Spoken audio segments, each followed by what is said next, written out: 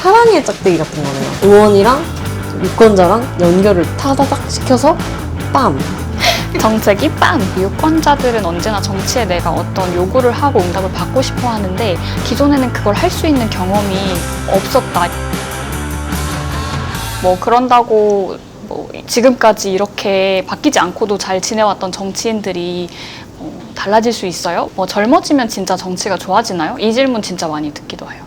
뉴에이즈 팀은 2030 유권자가 살만한 세상을 만들기 위해서 젊은 의사결정권자들을 발굴하고 만 39세 이하의 젊은 정치인, 저희는 점친이라고 부르는데요. 젊은 인재들 교육하고 그리고 2030 유권자들의 영향력을 키우고 이 젊은 정치인과 유권자를 연결해서 정말 우리 사회 중요한 문제들이 빠르게 해결되게 만드는 일까지 만들어내고 있는데요. 이 마지막 정책을 바꾸는 일을 하기 위해서 저희가 정책복붙이라고 하는 서비스를 만들었습니다.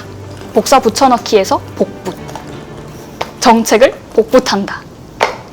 보통은 우리는 선거 때만 지방의원들한테, 정치인들한테 제가 우리 지역을 위해서 뭘 하겠습니다 라는 약속을 듣긴 하는데 이렇게 가는 건 평소에는 어려워요. 저희가 하는 건 내가 이걸 해줘야 여러분들을 찍어주죠 라고 역으로 요구를 하는 거예요.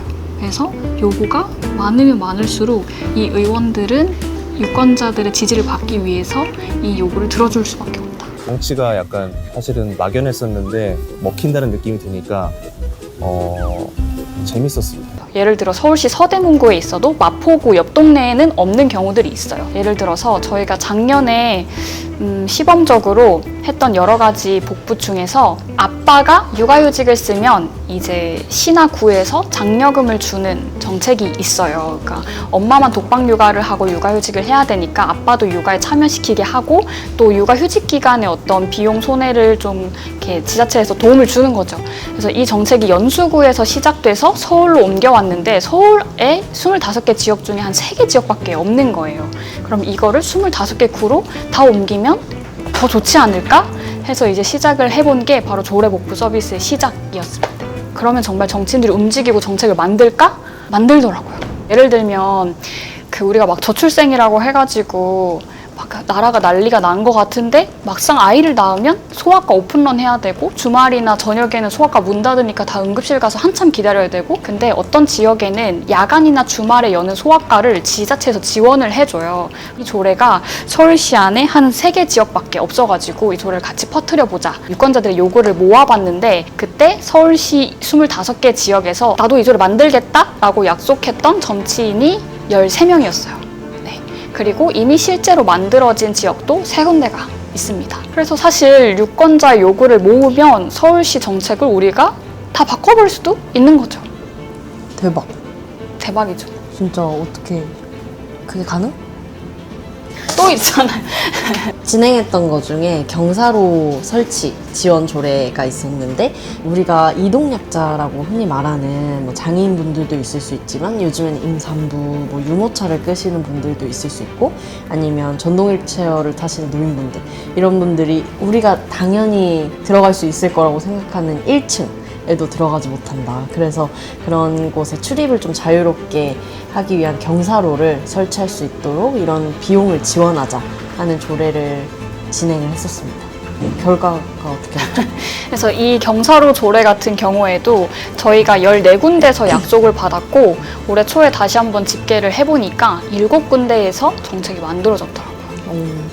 근데 저희가 이게 정말 될까 하고 서대문구에는 각자 정당이 다른 젊은 정치인들이 3분이 있거든요.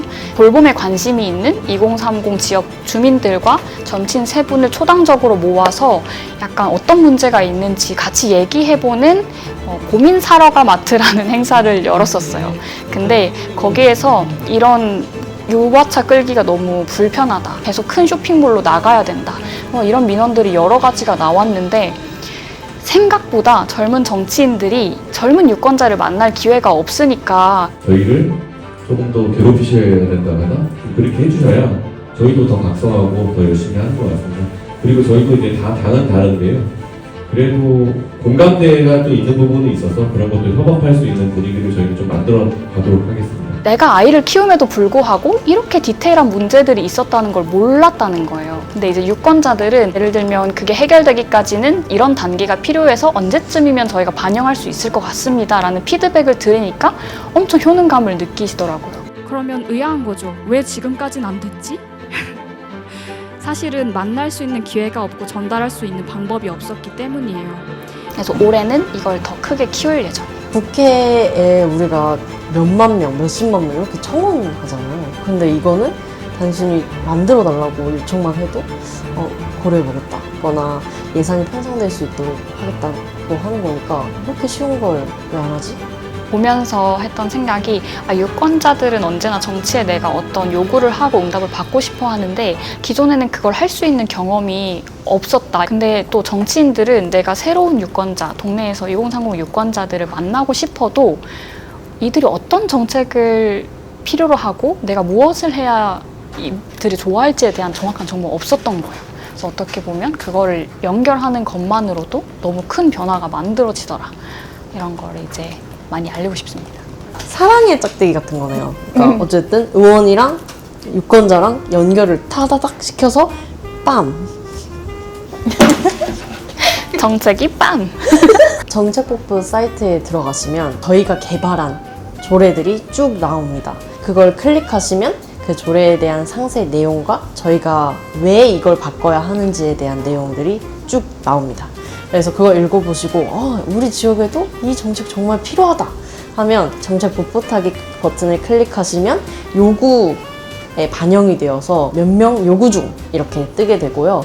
저희가 그거를 추계를 해서 해당 지역구 의원이나 정치인에게 이 조례를 전달합니다. 우리가 해야 될 일은 단순히 사이트에 들어가서 이 조례 정말 좋구나 라고 생각하면 요구하기만 눌러주시면 됩니다. 너무 쉽죠? 이제 지방의회에서 정책 개발을 하는 역할을 하면서 조례 개발도 같이 하다가 뉴에이지에 입사를 하게 됐는데요. 한쪽에 계속 그런 갈망이 있었던 것 같아요. 이렇게 좋은 세상을 바꿀 수 있는 아주 쉬우면서도 좋은 방법이 있는데 왜 사람들은 이걸 이용하지 않지? 하는 계속 그런 갈망? 근데 내가 이 지방의회에서 이곳만을 위해서 조례를 만들고 개발하고 이러기에는 내 자신이 너무 아깝다. 그래서 뉴에이지에 오면 이걸 전국으로 그런 것 때문에 이제 뉴에이지에 입사를 했거든요. 그래서 사실 이 조례 복붙이야말로 우리가 할 수 있는 가장 쉬운 단계에 아주 큰 효과적인 방법이다. 되게 멋있다. 이걸 하면 내가 전국을 바꿀 수 있는데 한 지역만 바꾸기에는 내가 너무 아깝다. 이런 기세로 하고 있습니다. 도전. 너무 좋아.